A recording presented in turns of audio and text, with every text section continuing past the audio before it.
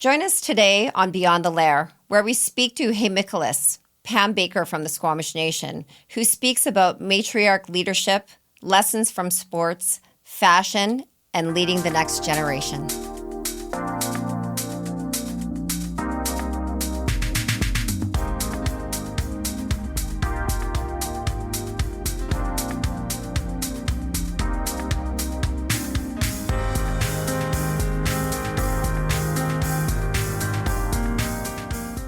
Hello, welcome to Beyond the Lair. Today we have a wonderful guest, and I can't wait for our audience to get introduced.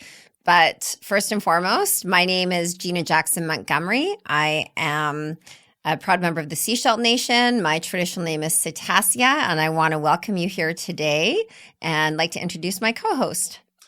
Hi, everyone. My name is Dean Montgomery. I am Cree Métis from Saskatchewan, and I'm very excited to see Hemikolis today. And she is presented, I believe, at a few of our camps before, and incredibly powerful to the youth that were there. Yes, I want to personally put my hands up to you, Hemikolis. Hemikolis is a proud member of the Squamish Nation member, and Quagulf. And one of my mentors, I always think if I have 5 people that I can put on my hand to say about people that have been inspiring, have had that mentorship role in my life as a true female Indigenous leader that has led her nation, the members, on a political basis, on a design basis, on an entrepreneurial journey, it would certainly be you. So without further ado, I'd like to introduce Hemikolis. Hey, good afternoon. It's good to see both of you again, and I look forward to discussing and being introduced to the Bears Lair. Perfect. So can you introduce yourself as you would from the 2 nations that you're from and how you introduce yourself today? Yeah, my name is Hemikolis, and I just received a new name at our last memorial potlatch. It's Siwi Duch, and it's a high-ranking name, which I'm very proud of. I am Squamish from Squamish Nation, and I'm Muskamat Zawadeno from Kinkum Inlet, as well as lineage through our Quagil side in Sakis on the Hunt side of the family, and then Tlingit from southern Alaska, Tongass, Alaska. I've been in business for 35 years. I've lived all over the United States. I came back to the community. And my ultimate goal has always been to work with our First Nations youth to build self-esteem, self-confidence, and show the world that we're still here. Amazing. Can you tell us a little bit about your upbringing, about your childhood, and what that was like when you were younger? Yeah, I grew up in Chumulchison, Capilano Reserve. Originally, we lived down at the beach below Lionsgate Bridge, and then we moved up to Chumulchison, I think when I was about 5. So we were introduced to more of our family members. With my mother being Kwakwakwiwak, I did a lot of potlatching starting as a young child at age 5. So for some reason at that time, I decided that I was going to listen to the elders and sit with them. And even though I didn't understand them because they were speaking Kwakula, I made it my choice to learn as much as I could at a young age. On my father's side, it was mainly about sports. When I was a young res kid, I played fast pitch, lacrosse, basketball, and soccer. And I feel that being part of a team gave me the ability to work in teams in regards to business, always have a team spirit, and also continue coaching within our communities. Excellent. I know that sports is a really big part of your life and that you mentor and you coach many youth, including your own children and now your grandchildren. in all native basketball, and you're a huge advocate for sport within youth. Can you talk about your experience and the levels in which you played, and then the coaching that you've done and the accolades you've got from creating that team work and connecting, particularly with Indigenous male youth, which I find is really interesting with you? Mm-hmm. Well, if I start my main sport, people ask because I'm a basketball coach, and I'm attempting to step down a little bit in coaching. My main sport was fast pitch, and thankfully our community supported fast pitch. They actually, and my family supported all the sports of the Squamish Nation. Our family had a family business where we would fund a lot of the sports. My family would help in lacrosse, basketball, fast pitch, and soccer, and canoe races. They would donate money to the nation so that they would support the ongoing sport of Squamish Nation. And one of the greatest things was playing fast pitch. The reason I loved it so much, we traveled a lot. We traveled all over BC. We went to Albuquerque, Sacramento, Reno, Oklahoma, Alberta, and we participated in the nationals several times. We placed second in Oklahoma, which was fantastic. And of course, we could have won that game, but there was a few little technicalities I won't even get into. And then basketball was probably my second sport. I liked being able to leave basketball practice and take my bike and go to soccer practice. So it was always ongoing, and jogging, staying in shape, and that gave me excellent structure in regards to my life and my lifestyle. And then also my mother always cooking good meals. We were really fortunate to have a mom that provided 3 meals a day. So learning that also. Then I played lacrosse. I only played it because my brother would throw me in the net and shoot hard lacrosse balls at me, and I'd have pillows on, and I'd attempt to be really tough when that ball really hurt a lot. And then soccer, I just did it for the running, and a couple of times I was captain of the team. I was a forward player, and I think, all sports, when you play all sports, it all comes together at the end of the day, and you have a healthier lifestyle. And thankfully, one of my brother's wives taught me, they were hippies, and they taught me how to eat really well when I was about 13, 14 years old. So I've never been a junk food eater. I'm not addicted to chocolate or pop or chips or anything like that. So thankfully, I had that guidance at a young age. So I continue to do that and work really hard at balance within my life. Nice. I know Dean has boys. Can you maybe talk about connection with boys in sport and how rare it is for a female to be able to be a mate? Yeah. Yeah, I started coaching boys at, when I was in Los Angeles going to school full time. My 2 sons were with me. And I decided to put them in football, baseball, basketball on the weekends when I'm supposed to be doing homework. I was running around with my kids, and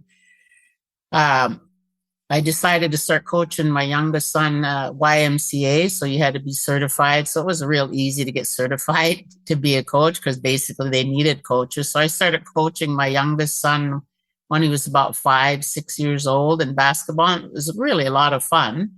And when I came back to North Van, there wasn't any basketball teams. And there was about 4 women. We all played against each other on the Lower Mainland. And I kept asking our nation, is there any boys teams? They said, oh yeah, we'll start a team. And then the next year, is there any teams going on? Anybody coaching yet? Oh yeah, we'll get around to it. And finally I just said, I met with 3 other women, and next thing you know, we decided to have a league. So it was Musqueam, Tsleil-Waututh for a little while, but they had struggled to get players, our North Shore Wolves, and Friendship Center in Vancouver. So there I am, I'm coaching guys. And the ultimate goal was coaching the young the young boys was to help them with structure, give them direction in business and entrepreneurship, and talk to them about education. And next thing you know, we apparently in BC, people wanted to join our club, and I didn't even plan on having a club. They would want to send some other players down here to go to Carson so they could play for the North Shore Wolves. And so I traveled with them a lot. I also coached, that was junior boys, then intermediate boys, and then senior men's. North American Indigenous Games, I coached 4 times at NAG. First of all, it was the little guys. And then finally, I was coaching U19 boys, where we went to Regina and participated. I think it was U19. I get mixed up sometimes. And we won the whole thing. We won gold, which was pretty damn exciting. Team BC against an American team, Wisconsin. And it was. We won a lot of tournaments in basketball because the boys got along so well. And it was funny when we'd go to the NAG tryouts. I don't use the word try, but it was tryouts. I'd had my son and my assistant coaches standing by me, and all these boys thought they were the coaches. And then I'd say, "Yeah, I'm your head coach," and they'd look at me like, "What the?" So.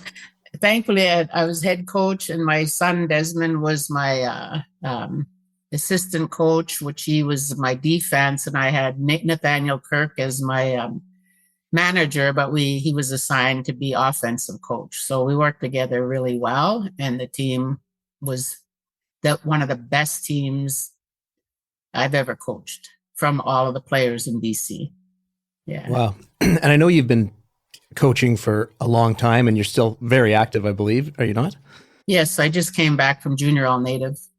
Yeah, so it's incredible. And I mean, with your success that you have in the rest of your life, which we haven't even gotten into yet, which is, world famous designer, world class designer, traveling the world.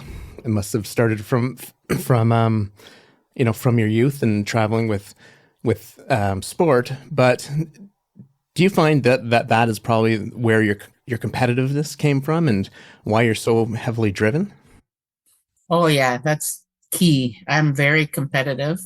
And especially with fashion design, every year I always work to outdo myself the next year. And it's pretty tough, when you're designing a collection and you're kind of like, what do I do next? How can you wow the crowd?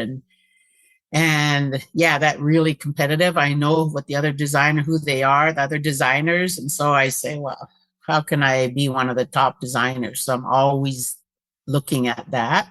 And in sports, I'm very competitive. But now my older son is coaching the U13s, and I'm assistant coach for the first time in history.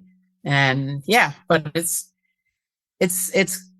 pretty good to hand it down, yet you still kind of say, well, let me figure out where I could use some of that 25 years of coaching and assist my son, which you probably know how it is to work with your children.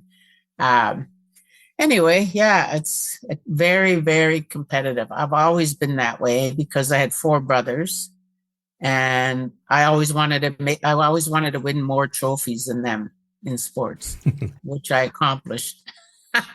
No, you have a very matriarchal family. And it's interesting, the contrast between the sports and the design. And you are, as Dean mentioned, a world-class, iconic designer where you have been recognized on so many different platforms. Let's go back to when you started to become a designer, and who was your inspiration to put your art onto clothes? Because I know that you're an amazing artist, an amazing designer when it comes to graphic design, and you've really kept up with the times and technology to continue your artwork, and every collection you have is better than the rest, than something that was so amazing before. You just keep getting better and better as you get older. Can you explain where you started and where you are now? Yeah, when I go and speak at different classes and different venues. For instance, I'm the designer in residence at Kwantlen University, well, Wilson School of Design right now. When I speak to them, I said, I didn't grow up wanting to be a designer at all. It was not even my intention. I wanted to be a lawyer or a PE teacher. I mean, completely different. And then when I moved to San Diego, then I moved from there to Indianapolis. I worked with a really good friend of mine because I worked in cosmetics for a while at a department store. So I met a young lady, and her and I became friends, and we would coordinate fashion shows in Indianapolis, Indiana. And then when I moved back to Canada, I started working for our nation as a youth drug and alcohol counselor. And I thought, what better way to build self-esteem for our young ladies on the, as we say in reserve, because the States we say reservation, but is to coordinate fashion shows and build their self-confidence and self-esteem. And then next thing you know, we're traveling, TOC, I call it TOC Legends. We started traveling to do different fashion shows in BC and Colorado and Washington State. And then I was promoting First Nations designers. And then sometimes they would drop out at the last minute, and I'm stuck with not really having anything to show. So one day I was driving from Indianapolis to Chicago, and my sister was with me, and we were sitting in Denny's, and I said, you know what, maybe I need to just start designing. And she goes, yeah. She goes, you like clothes, I like clothes.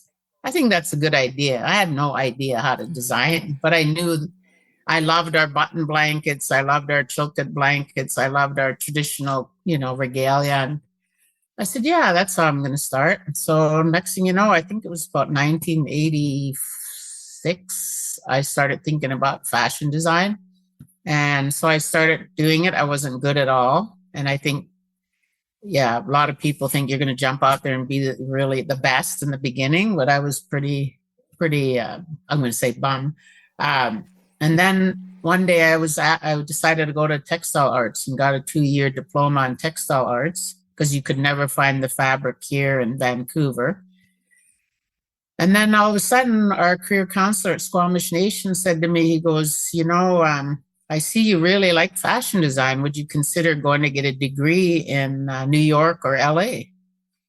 I said, let me think about it. And I had 2 little, kids at home. I drove about 2 blocks and I said, what do I got to think about? Okay, yeah, I'm interested in going to LA because it's closer. New York's too concrete for 2 little kids. So next thing I know, I'm applying to go to Otis Fashion Design in Los Angeles. And I got in and worked on, I talked my way out of doing the foundation year. So it's a 4-year degree. I got it in 3 years. And yeah, that's where the structure came again. And raising 2 boys and going to school, it was pretty difficult, but it was totally worth it. At that point, were you focused on Indigenous design, or were you just whatever the programming was at the school? Were you doing what you were told, or what was it like for you then? I always designed with First Nations design, and they would get upset at me. And one of the head of the school would say, you got to follow the trends. You got to do this, and and I'd said, well, my tribe sent me down here. I said, so it's about my tribe, and that's what I'm going back to do, is work with my people. So I'd continually argue, and most of the time I was able to sneak in First Nations design. And thankfully the last year I won a huge award, and I snuck in design in a velvet piece. I did a velvet burnout piece with this big feather coat, and I won which award was it? Rosalind Gilbert Award or something like that. And thankfully, out of all the students, mine was a money award of $5,000. It wasn't the little thimble. If other designers won a category, it was a little thimble. And so I was really thankful with the 2 kids. We could go on a nice trip after graduation. So yeah, it was great. It was very competitive there, and you learned a lot. Nice. When do you, how do you find balance? Because I know that there's so much pressure as a designer, and every single year, maybe you can talk about some of the shows that you do, because I know that you go down to Santa Fe every year, and the pressure as an iconic, experienced mentor that's got such a reputation, everyone's looking for your collection, for the newest, greatest, best thing to come out next. And with that, and with coaching for sports and for raising grandchildren and still supporting your children, how do you find balance? What do you do for you so that you can grab that inspiration that you can create into your designs? Oh, good question. Some people say you can coach and you're also, that's where you get balance. You go down and you coach with the young kids and you laugh, and then you get, you tell them to sharpen up and do their layups, and that's where I get a lot of balance, because it's fun and they're like little sponges and they're picking up skills. And then, of course, pretty much, that I go to Seattle Seahawks games all the time. And I'm a season ticket holder, so I go down and I can yell my head off and get rid of a lot of stress. Nobody cares how loud you yell. The louder you are, the better. Yeah. And then travel. Sometimes I just treat myself. And, well, I think that's really key. I like to treat myself and just take off. I'm thinking, maybe I'll just jump on a plane pretty soon maybe go to LA and just hang out down there. Then again, I'll go down and shop for fabric. So you got to think, well, where can you go just to walk around, go to dinner, have a latte or something. So it's very important to take care of yourself. I like to, I get physio. I got to really focus on getting massage, get my nails done, my hair done, because you got to take care of yourself.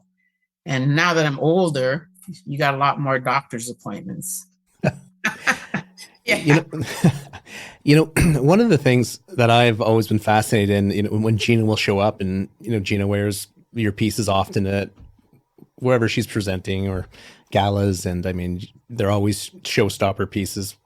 It never ends. They're amazing. But, when I'm there and I see you and I see some of your pieces when you're in your work environment, right?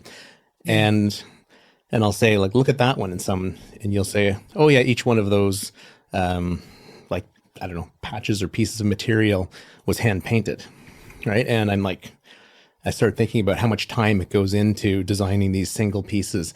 And then I think, Pam or Hemicolis or Pam Baker Designs, you don't see the team behind that. It is really your brand. But what does it take for someone to get to your level, and what do the operations look behind it? Yeah, really good question. I'm gonna share something that when I'm designing, I'm always looking for one or two of those pieces eventually will be in a museum or showcased, in a place like Vancouver Art Gallery. I had, a piece there last year, and then Santa Fe. So we always do that one piece, which we're almost finished building. I call it building. And when that piece is pretty much complete, then we start moving on to all of the next pieces. And the collection that I'm working on right now is something that's never really been seen before. So the team, I thankfully have brought on a young girl. She's 23. She's her family's from Tsleil-Waututh, and she's non-native, so she's learning her traditions and cultures right now, and she's very good. So thankfully, I have somebody who understands the language, and I have Katie August Matthias, who's been working with me for 22 years. And she's one of the most patient people you would ever meet. She does all my beading and embroidery. And she's getting ready to come in next week until the day we go to the fashion show. She'll be touching up and doing things and putting the beads on and what I envision. And then I finally have a team in Burnaby who can sew my pieces a lot quicker. For instance, let's say I'm working on a fabulous bustier that's all antique buttons. And now we can just hand it over and say, can you close it for us? And then we can move on to the other pieces. So I also don't sew as much as I used to, thankfully. That's where you want to be, where you can just, give direction. And because you've made all the mistakes in the last 30 years, you get an idea of what has to be the next steps. We're working on a fabric that's kind of confused the hell out of us this last month. And so now we're ironing out the problems. And yeah, this next collection is going to be crazy. So I have a great team behind me now. I mean, it's always called these kind of teams the dream team. So finally, again, I have the dream team. So what is well, one, the piece that's taken the most person hours to put together, and then of course what everyone wants to know, what's the most expensive piece that you've had to put together? Well, when I first came back from LA, and we had I started a school, a fashion design school, and we kept it open about 7 years. It was very successful. I decided to close it down because of 2010 Olympics and do things that I needed to do. And in that time, we brought in a lady who taught true couture design. These days, people say couture design. To me, I get a little frustrated because it's not true couture. And so we brought in a fabulous teacher who taught about 3 of my students couture. So what does that mean, Pam? What is couture? I don't know. It's haute couture, where each piece is not just a pattern piece. You take a pattern piece, you cut out, you got seam allowance. This one here, every little piece is overlaid, and they sew it, they loop it, they sew it, they loop it, and then you pull the pieces apart, and then you clip it so you have the exact sew lines that you need. You're not guessing. And a lot of hand stitching. Your hems are hand stitched beautifully. Everything I don't like to serge any of my projects because serging doesn't look high end. If we can finish it with a high end finishing, that's what we work towards. Sometimes before the fashion show, we're just flying at it and getting it finished. So haute couture is, your training usually comes from Paris. We see the big houses in Paris. So that's true couture. Yet, when you look at the side of the First Nations designers, a lot of them have learned to do skins, the beading, all of the materials from our own country, our own territories. So in a way, that's true couture because you've been taught to do everything by hand. Oh, so there's that balance. Yeah. So what was the longest? How long did it take for the longest piece? Yeah. Oh, that cape. Sorry, I got off track. The cape that I did and I designed, which is I'm still building on the Chilkat collection, Chilkat Elements. That cape was worth $12,000 because of the man hours that went into it. And that was a true couture piece. And all the beading and embroidery was all done by Katie, who was trained to do that. And so to me, that's one of the top pieces forever. That one has been in the New York Encyclopedia of Fashion Design. It's been in a coffee table book. It's been shot, it's been in a museum. So to me, that's the most expensive piece. So our pieces, and people need to understand that they can run from $2,200 to $10,000, depending on the amount of embellishment that goes on it. For sure. And I am so thankful because I get to be an old Barbie doll wearing your beautiful wares. It's gone from what is this event about to what is Gina going to be wearing that's, hey, Nicholas, that's touch of culture, because you've just go over and beyond couture, and it's such a pleasure and an honor to wear things like that. Tell us something, and I know you have your ready to wear collection, you have your couture collection, but you just did something pretty groundbreaking with the Hudson's Bay.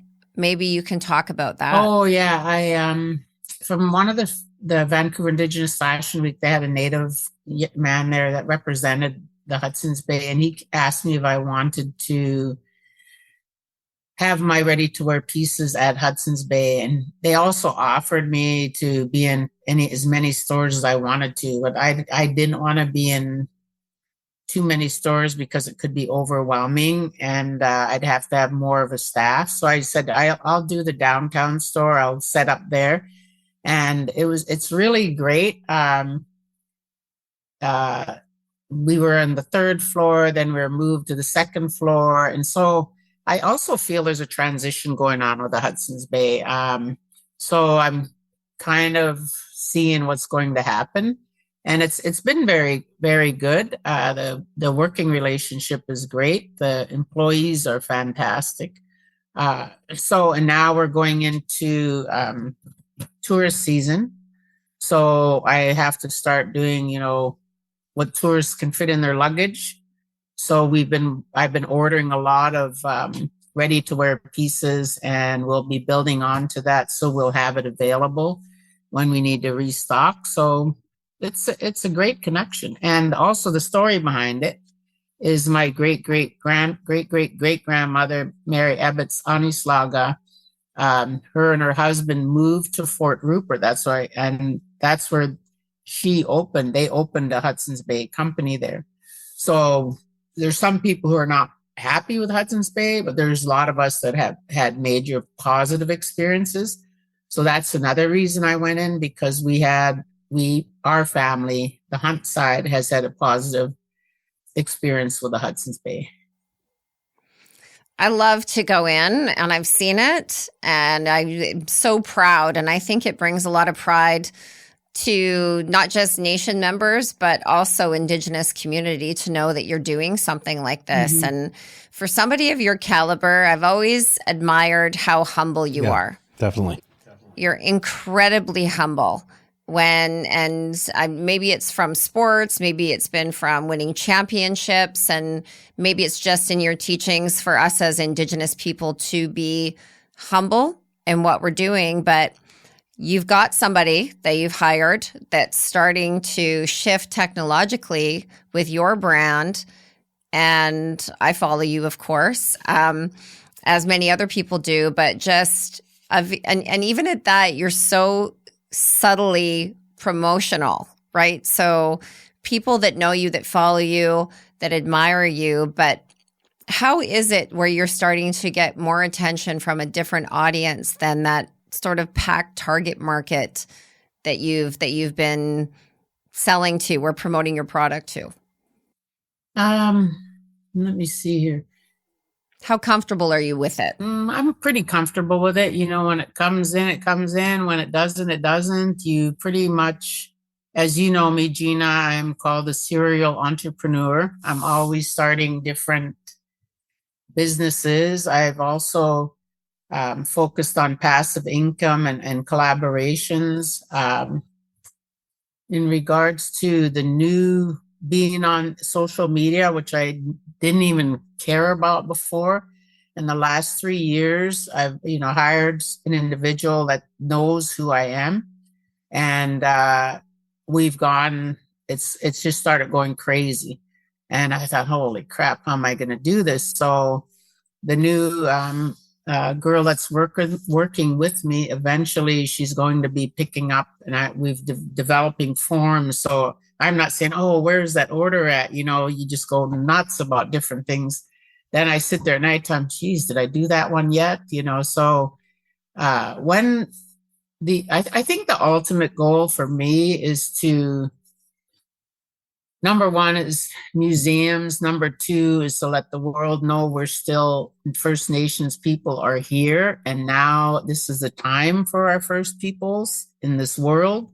And then being able to have young people say, hey, there's a Native designer who's been here a while. And if she can do it, I can do it. So the ultimate goal is to inspire our First Nations to start their own businesses and be dedicated, and also assist young people, like you said, mentoring, because I've been mentoring a lot of individuals. So handling the new attention doesn't bother me, because I always just say I'm a little res girl from North Van, and when, when it happens, it happens, and you just got to deal with it. Yeah, no, and I was just going to say as well is, you know, you're so down to earth, right? You're so relatable. You work grassroots as you possibly can and stick with your community or communities. But I don't think a lot of people understand that. I've gone to some of your shows, right, and at the Orpheum, and the models and the who's who of fashion is there, and I'm looking around, and you're so natural. It is and you're presenting in all of your pieces, and it's like, this is nothing. And Yeah. so it's amazing, and that you're taking the youth and showing them, look, I'm still this person. I've worked long and hard, been creative, been thoughtful, probably a lot of great resources, and this is where you can be, but you're still you. So what would you say to the youth? Like, what is your message when you're talking about entrepreneurship that you had said?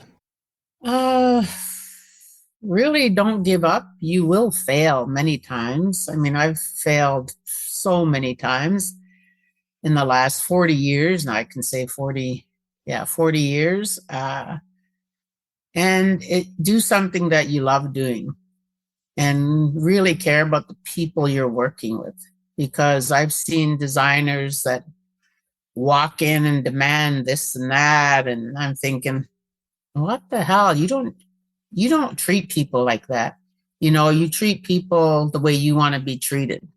So you're never higher than anybody else. You need to be at the same level as everybody else, and do your best to be also straightforward. A lot of people know I'm pretty straightforward when I have a message. And I do in a way where I'm not pointing fingers. And as in some of the sessions that I've done with you, is I eliminate some words from my vocabulary. And once I eliminated the words 90%, I am, it's easier to communicate with people, and I think they see it as being more supportive. So supportive, yet get the job done, it's not, because if I was a boss who said, you should do this and you need to try that, and oh, I can't see. So those words are really a little bit demeaning. So I'd say, well, how can we work this out? How can, let's take the next step. Oh, this fabric is being it's not working. So what do we need to do? So that's very important for all young people, everybody, to eliminate certain words in the vocabulary and use uplifting words all the time.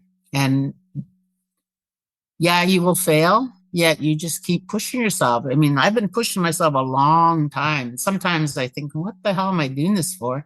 Yet I love it because I'm passionate about it. And the ultimate goal is to create in a contemporary way. That answer? I love your words. And I remember, because our kids, well, Marley, your grandchild, and our children, playing at a very young age. And I think my kids were like 4 or something. And one of them said, try. I'm going to try to do this. And you just automatically, try is not in your vocabulary. There is no try. So maybe you can give us a couple words that you say to your team, because I've heard you say that a lot. Like, there is no try. Yeah. There is do. Yeah, that's the same with everything I'm involved in. Anytime I'm teaching, I say, write it on a paper, put it in your bathroom, read it every day, and I guarantee you'll have more success. And the number one word, again, is try. To eliminate that word, should, can't, but, and hate. And the last one I finally just added this year is like. Yes. I say to a lot of the youth, do you hear them on TV, newscasters or talk show hosts or actors say like 1 million times in one day? And I've been working with my grandson and granddaughter about eliminating those words as well. And all my teams, my basketball teams for the past 25 years. And some of the guys still say to me, they go, yeah, Auntie, I gave up that word like. I'm still doing that, and what the thing is they're passing it on to their kids. And I ran into a guy that I coached at the opening ceremonies at All Native last week. Yes, already last week. And I said, so what did you learn from me from coaching? He says, sharpen up or shape up or ship out. And I used that a lot when I was coaching the kids, but yet he still knows how to eliminate those words when he's coaching. So it's pretty good. I enjoy seeing people that they actually listened. I love how you have the direct connection between sport and business. Yeah. You seem to you apply it to both teams or all teams. Yeah, it's lots of fun. I love that. I've got a really interesting question, and I know from our non-Indigenous audience and our audience, you are a designer. You make Indigenous design clothes. You also make Indigenous jewelry. I know a lot of individuals, and we've worked in industry for a really long time, feel that it's cultural appropriation if they feel uncomfortable wearing something Indigenous if they're not Indigenous. Mm-hmm. And your target market is vast and beyond that. And can you maybe talk to our listeners that are non-Indigenous from every culture, that love a pair of beaded earrings, that love one of your dresses, that feel that because they're not Indigenous, that they either shouldn't be wearing it respectfully, or how can they be made more comfortable? Because we all love different designs and different art, but it seems to be this barrier of uncomfortable nature. And we like to call it, I tell people it's cultural appreciation. Mm-hmm. But how do you feel about that? Yeah, I've had that question several times. I share with the individuals asking, I say, a lot of my ready to wear is more contemporary. It is not designs that I've appropriated from other nations. I only design under Coast Salish, Kwakwaka'wakw, and Tlingit. I would never utilize designs from any other nations, tribes.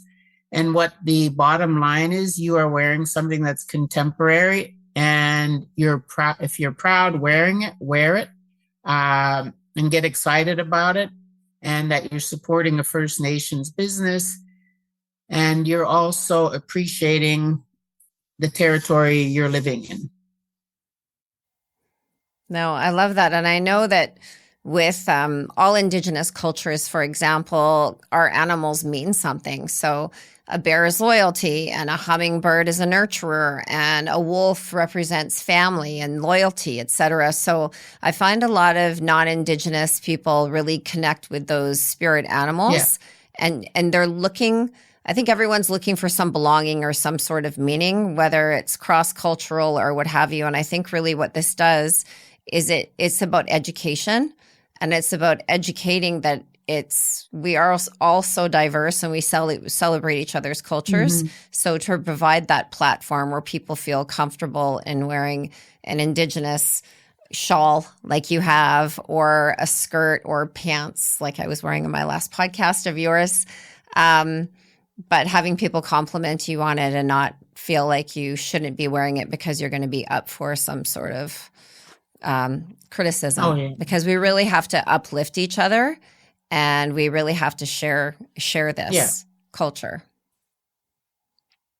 Yeah, it's I don't think the line is so fine like it used to be. There's a fine line, when I'm designing, even when I go up north or something, you hear, oh, I only can wear killer whale, or I only can wear bear. So even with all of the nations in BC, there's like 230 dialects in BC.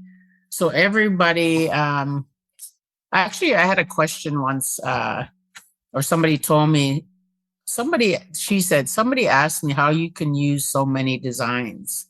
I can use a bear, thunderbird, sea seal, and so on and so forth. Thankfully, on my mother's side, Muscamat Zaudeno and the Quagio, in the potlatch, your families own certain treasure boxes, and so I look at that. And my brother, two of my brothers are artists too, and we do, like right behind me now, I look at it. That's my brother Gikamae. He paints very contemporary, and I always look at his paintings. They would make fabulous fabrics.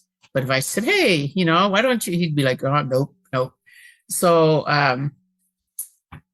what was I lost my train of thought. What was the question again? I think just talking about wearing and feeling comfortable wearing designs as a non-Indigenous person and being welcome, and I think they enjoy it. Let's say you're going to Juneau, Alaska, and then a lot of the stores up there, as we all know, they buy from non-native companies, native designs, which we could go into that conversation for hours.